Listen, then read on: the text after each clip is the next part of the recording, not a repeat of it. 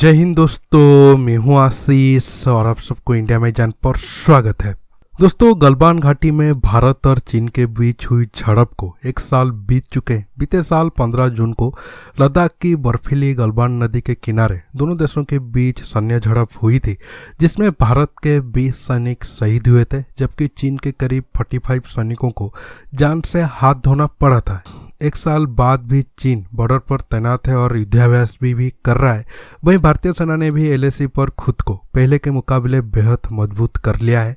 एक साल पहले गलवान में चीन की साजिश की धज्जियां उड़ाने वाले इन रणबंकुरों के कारनामों को चीनी सैनिक अब तक नहीं भूल पाए। हिंदुस्तान के बदले हुए तेवर की तस्दीक करती तस्वीरों ने चीन के हौसले पस्त कर दिए थे। पारा कमांडो के शौर्य और दमखम को देख पीएलए सैनिक हैरान हो गए थे। लद्दाख में भारत के हुंकार का असर ऐसा हुआ था कि चीन बातचीत के टेबल पर आ गया था। 15 जून को हुई गलवान झड़प को एक साल बीत चुका है। दोनों मुल्कों के बीच कमांडर लेवल की कई दौर की बातचीत हो चुकी है, लेकिन तनाव अब भी पूरी तरह से कम नहीं हुआ है।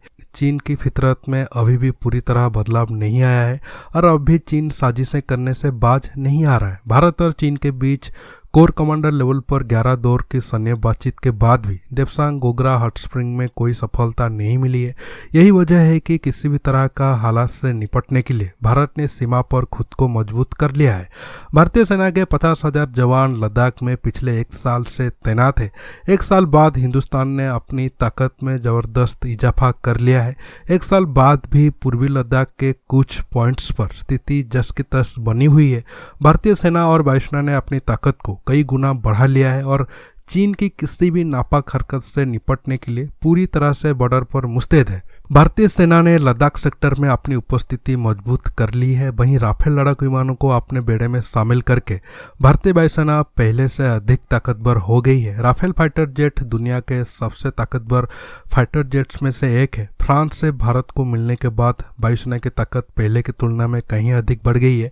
आने वाले समय में कई और राफेल विमान भारत आने वाले हैं, जिनका इस्तेमाल बॉर्डर पर होने वाले किसी भी नापाक हरकत से निपटने में किया जा सकता है। राफेल के साथ मिग-29, मिराज 2000 और सुखोई 30 जहाजों की टुकड़ी उत्तरी सीमाओं के इलाके में सक्रिय है। इसके साथ अपाचे चिनूक जैसे हेलीकॉप्टर भी बिल्कुल तैयार है। इसके साथ पूरी एलएसी के साथ साथ लद्दाख में चीन का सामना करने के लिए अतिरिक्त स्ट्राइक कर्प्स का तैनात किए गए हैं। मथुरा की 1 स्ट्राइक कर्प्स को लद्दाख में उत्तरी सीमा पर भेजा गया है। 17 माउंटेन स्ट्राइक कर्प्स को अतिरिक्त 10,000 जवान मुहैया कराए गए हैं और उन्हें पूरी उत्तर पूर्वी राज्यों का जिम्मा दिया गया है। बॉर्डर पर पिछले कई सालों से इंफ्रास्ट्रक्चर को बढ़ाने का काम चल रहा है, लेकिन बीते एक साल में इसमें और तेजी आई है। बॉर्डर रोड ऑर्गेनाइजेशन सड़क को सुगम बनाने के लिए दिन रात काम में जुटा हुआ है। दुनिया की सबसे ऊंची मोटर योग्य सड़क उमलिंगला, मोर्शमिकला या खादुरंगला समेत सभी क्षेत्रों में सभी फॉरवर्ड जगहों के लिए आवाजाही दुरुस्त कर ली गई है। पूरे साल सेना की आवाजाही के लिए खुला रखा गया है। अब चीन की किसी भी हरकत को जवाब देने के लिए भारतीय सेना और साजो-सामान कुछ ही घंटों के भीतर सीमा पर तैनात हो सकेगा। लद्दाख में -40 डिग्री तापमान में तैनात देश के जवान कठिन मुश्किलों का सामना करते हुए अब भी तैनात है। भारतीय सेना पिछले एक साल में लद्दाख में 50,000 सैनिकों के साथ तैनात है। इस तैनाती में जरा भी बदलाव नहीं किया गया है। जानकारी के मुताबिक सेना ने लद्दाख में 50,000 से 60,000 सैनिकों की मौजूदा तैनाती को अधिक समय तक बनाए रखने के लिए बुनियादी ढांचा विकसित कर दिया है। भारतीय सैनिक सिर्फ जमीन पर ही मौजूद नहीं है, बल्कि चीनी गतिविधियों पर नजर रखने के लिए रणनीति में बदलाव और निगरानी को बढ़ाया गया है।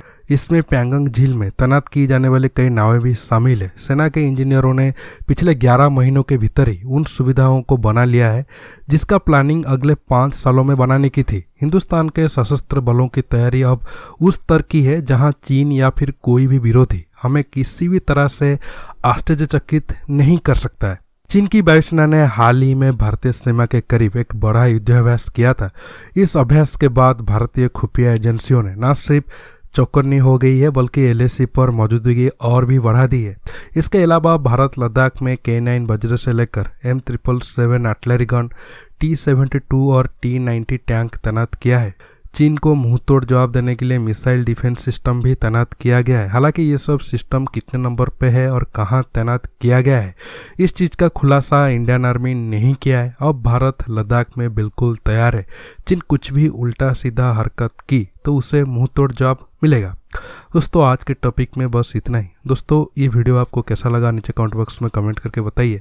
कई सारे दोस्तों का पिछले कुछ दिनों से ये कमेंट आ रहा है, मैं फेस दिखाकर वीडियो क्यों नहीं बना रहा हूँ, या फिर मैं वीडियो में इतना स्लो क्यों बता रहा हूँ। दोस्तों मैं आपको नहीं बताया था, मैं एक्चुअली कोरोना पॉजिटिव हूँ, इसलिए पिछले 7-8 दिन से घर पे ही काम कर रहा हूँ और आगे भी 5-6 दिन तक मुझे घर पे ही वीडियो बनाना पड़ेगा।